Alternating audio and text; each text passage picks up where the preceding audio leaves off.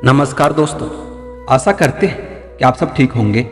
दोस्तों, जैसा कि आप सबको पता है कि बिहार में राजस्व महाअभियान चल रहा है। राजस्व एवं भूमि सुधार विभाग द्वारा राजस्व महाअभियान का आयोजन किया गया है, जो 16 अगस्त 2025 से 20 सितंबर 2025 तक चलेगा। इस अभियान का मुख्य उद्देश्य जो है, आपके जमीन से रिलेटेड कोई गड़बड़ी है या आपका पुराना जमीन नेट पर नहीं दिख रहा है, ये सारा काम इस अभियान के तहत किया जाएगा। इस अभियान के तहत जो है मुख्य रूप से ये 4 काम होंगे। ठीक है, डिजिटलाइज ऑनलाइन जमाबंदी में त्रुटि है तो उसका सुधार परिमार्जन किया जाएगा, उत्तराधिकार नामांतरण किया जाएगा, बंटवारा नामांतरण होगा और छूटी हुई जमाबंदी को डिजिटलाइज यानी कि ऑनलाइन किया जाएगा। अब मान लीजिए आपके जमाबंदी में आपका नाम गलत है, आपका खाता गलत है, खिसरा गलत है, रकबा गलत है, लगान में कोई अशुद्धि है, तो ये सारे काम इस अभियान के तहत किया जाएगा। इन चारों कामों के लिए 4 अलग अलग फॉर्म है, वो फॉर्म आपको भरना है। फॉर्म के साथ में जरूरी दस्तावेज लगाने हैं और ले जाकर राजस्व कर्मचारी के पास में सबमिट करना है। लेकिन अभी भी बहुत सारे ऐसे लोग हैं जिनको ये नहीं पता है कि फॉर्म को कैसे भरना है, फॉर्म में कौन सी जगह पे क्या लिखना है। तो आज की इस वीडियो में हम आपको जमाबंदी में सुधार करने हेतु जो फॉर्म है वो फॉर्म लाइव भर के बताएंगे और आपको बताएंगे कि फॉर्म को कैसे भरना है। बहुत ही आसान शब्दों में हम आपको बताने का प्रयास करेंगे, तो वीडियो में अंत तक बने रहें। वीडियो को शुरू करने से पहले आप लोग अगर हमारे चैनल पर पहली बार आए हैं तो चैनल को सब्सक्राइब कर लीजिएगा। वीडियो अगर पसंद आए तो वीडियो को लाइक कर दीजिएगा और ये महत्वपूर्ण जानकारी अपने दोस्तों के साथ जरूर शेयर कीजिएगा। आप लोगों को अपने राजस्व कर्मचारी से इस तरीके का जमाबंदी पंजी प्रति मिला होगा। ठीक है, इसमें अब आपको करना क्या है, ठीक है, यहाँ पे देखिए लिखा है कि अगर जमाबंदी में कोई त्रुटि हो, कोई अशुद्धि हो तो उसके नीचे दिए गए खाली स्थान में भरें। अगर जमाबंदी में कोई अशुद्धि है तो उसे सुधार करने हेतु यह आवेदन राजस्व महाअभियान शिविर में जमा करें। यहाँ पे ये लिखा हुआ है। अब यहाँ पे देखिए भाग वर्तमान संख्या है, पृष्ठ संख्या है, कंप्यूटरीकृत जमाबंदी संख्या है, यहाँ पे मैनुअल जमाबंदी नंबर है, जिला है, अनुमंडल है, यहाँ पे अंचल का नाम है, हलका का नाम है, मौजा का नाम है, तौजी का नाम है, नंबर है और थाना नंबर डला हुआ है। नीचे देखेंगे तो ये जमीन जिसके नाम से है, जिसके नाम से जमाबंदी पड़ती है, उसका नाम यहाँ पे लिखा हुआ है। ठीक है, पहले उसका नाम है, फिर उसके पिता का नाम है, यहाँ पे जाति लिखा हुआ है, निवासी लिखा हुआ है। अगर जमीन किसी एक व्यक्ति के नाम से है तो यहाँ पे एक ही आदमी का नाम होगा। लेकिन मान लीजिए कि एक ही जमीन जो है 2 या 3 आदमी के नाम से है, तो यहाँ पे इस तरीके से एवं दूसरे भाई का नाम होगा, फिर पिता का नाम होगा, फिर आगे तीसरे भाई का नाम होगा, फिर उनके पिता का नाम होगा। अब आपको करना क्या है, ये नाम आपको व्यवस्थित रूप से चेक करना है कि आपका नाम, पिताजी का नाम, जाति, निवासी या दूसरे भाई का जो नाम डाला है, तीसरे भाई का नाम डाला है, वो सारे नाम सही है कि नहीं है।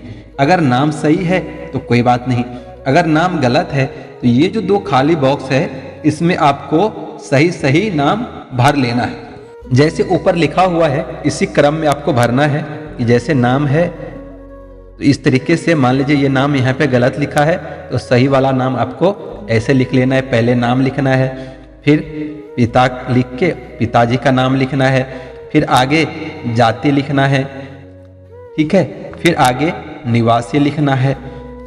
अगर एक ही आदमी का है, एक ही आदमी के नाम से जमीन है तो आपका काम इतने में हो जाएगा। लेकिन अगर 2 आदमी के नाम से है तो यहाँ पे आपको एवं लिखना है, फिर यहाँ पे दूसरे का नाम लिखना है, फिर आगे पिता का नाम लिखना है। अगर तीसरा व्यक्ति भी कोई है जिसके नाम से जमीन है तो यहाँ पे तीसरे का नाम आपको जो सही है वो पूरा डिटेल आपको यहाँ पे लिख लेना है। ठीक है, नीचे आएंगे तो यहाँ पे खाता संख्या है, खेसरा संख्या दिया हुआ है, रकबा दिया हुआ है। ये तीनों चीज आपको चेक करना है कि ये डिटेल सही है कि नहीं है। सही है तो कोई बात नहीं, लेकिन अगर गलत है, जैसे मान लीजिए ये जो 123 खाता नंबर डाला है ये गलत है और सही वाला जो है 124 है, तो आपको उसी के नीचे जो खाली बॉक्स है उसमें सही वाला खाता नंबर लिख लेना है। इसी तरीके से फिर आपको खेसरा नंबर देखना है। अगर खेसरा नंबर सही है, ठीक है, तो ठीक है। अगर गलत है तो जो सही नंबर है वो आपको यहाँ नीचे वाले कॉलम में भर लेना है। रकबा इसी तरीके से चेक करना है। अगर यहाँ पे रकबा गलत दिया हुआ है तो जो सही है वो आपको यहाँ पे इस तरीके से 5 एकड़ मान लीजिए 15 डिसमिल है, ऊपर 12 डिसमिल ही डाला है, तो आपको जो सही रकबा है वो आपको यहाँ पे लिख लेना है। आगे वर्तमान में जो चौहद्दी है वो आपको यहाँ पे भर लेना है, पूरब में, पश्चिम, उत्तर में, पश्चिम में और दक्षिण में। इस तरीके से आपको अपना चौहद्दी यहाँ पे लिख लेना है।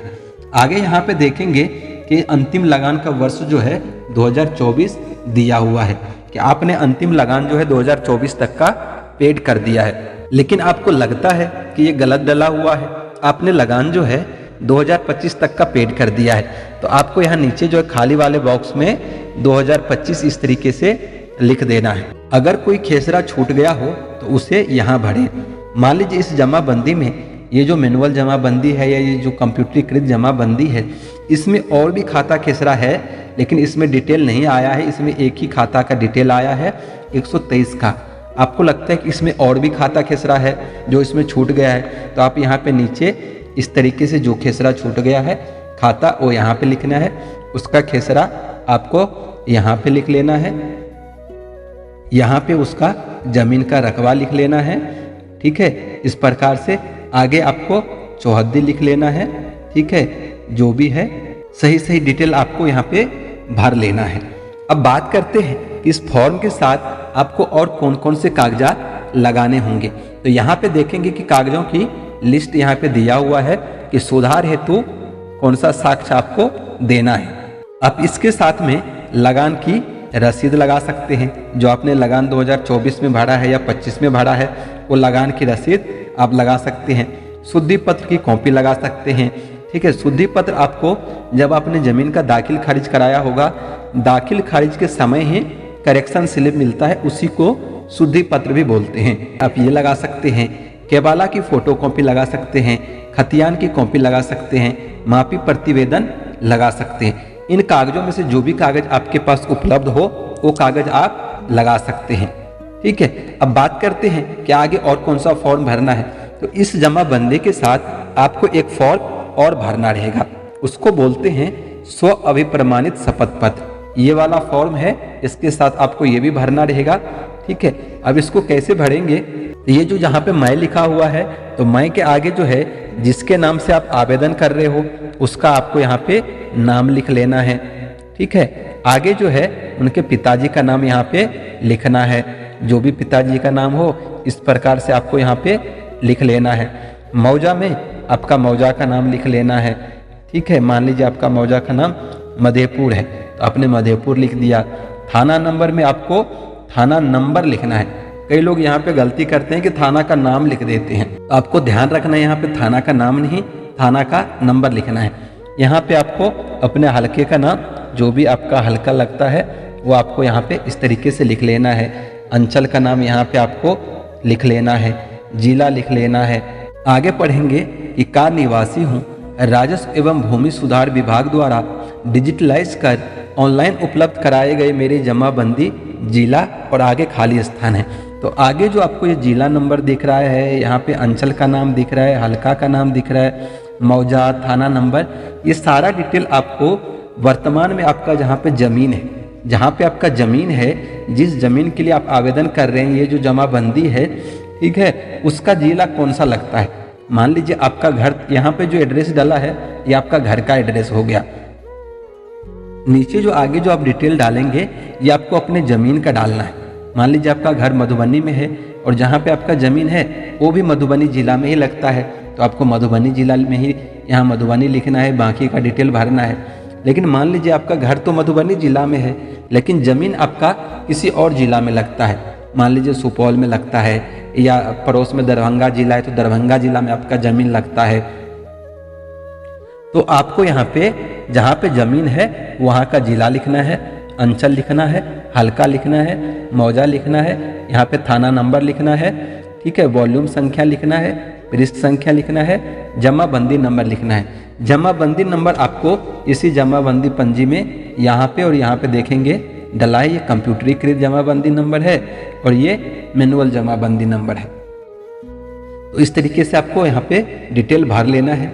आगे देखेंगे कि लिखा है कि कि मैं कुछ अशुद्धियाँ दृष्टिगोचर है जिनमें सुधार हेतु मेरे द्वारा परिमार्जन प्लस के माध्यम से आवेदन किया जा रहा है। शपथ पूर्वक बयान करता हूँ कि मेरे द्वारा परिमार्जन प्लस के माध्यम से जमाबंदी ऑनलाइन करने हेतु दी गई विवरण सही है तथा उक्त जमीन पर मेरा स्वामित्व है। अगर भविष्य में जांच, सत्यापन, शिकायत के क्रम में प्रमाणित होता है कि मेरे द्वारा गलत विवरण दी गई है तो मेरे ऊपर विधि सम्मत कानूनी कार्रवाई की जा सकती है। अगर आप लोग गलत तरीके से इसमें कोई भी चेंजेस करवाते हैं, ठीक है, या नाम में बदलाव करवाते हैं, खाता नंबर गलत चढ़वा लेते हैं और अगर विभाग को पता चलता है कि आपने ये सारा काम गलत तरीके से करवाया है तो आपके ऊपर कानूनी कार्रवाई की जा सकती है। इसलिए आप लोग जो भी विवरण भरें सही से दें। नीचे जो है आपको शपथकर्ता का नाम में जिसके नाम से आप आवेदन कर रहे हैं उसका यहाँ पे फिर से नाम लिख देना है। नीचे जो है यहाँ पे उसका मोबाइल नंबर लिखना है, जो भी मोबाइल नंबर है। नीचे जो है यहाँ पे उनका साइन कर देना है। और ये फॉर्म जमाबंदी की कॉपी, उसमें से ये जो भी आपके पास कागजात है ये कागजात लगा के आपके पंचायत में जब भी राजस्व कर्मचारी आएंगे, जब भी शिविर लगेगा, वहाँ पे जाके आपको ये फॉर्म राजस्व कर्मचारी के पास सबमिट करना है।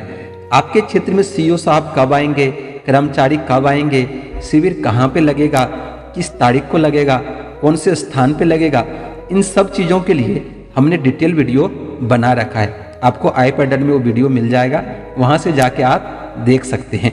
उम्मीद करते हैं कि आप लोगों को समझ में आ गया होगा कि जमाबंदी में सुधार करवाने हेतु जो फॉर्म है उसको कैसे भरना है। तो चलिए आज के वीडियो में इतना ही। वीडियो अगर पसंद आया हो तो वीडियो को लाइक कर दीजिएगा और ये महत्वपूर्ण जानकारी अपने दोस्तों के साथ जरूर शेयर करिएगा। तो चलिए आज के वीडियो में इतना ही, जल्दी मिलते हैं अगले वीडियो के साथ।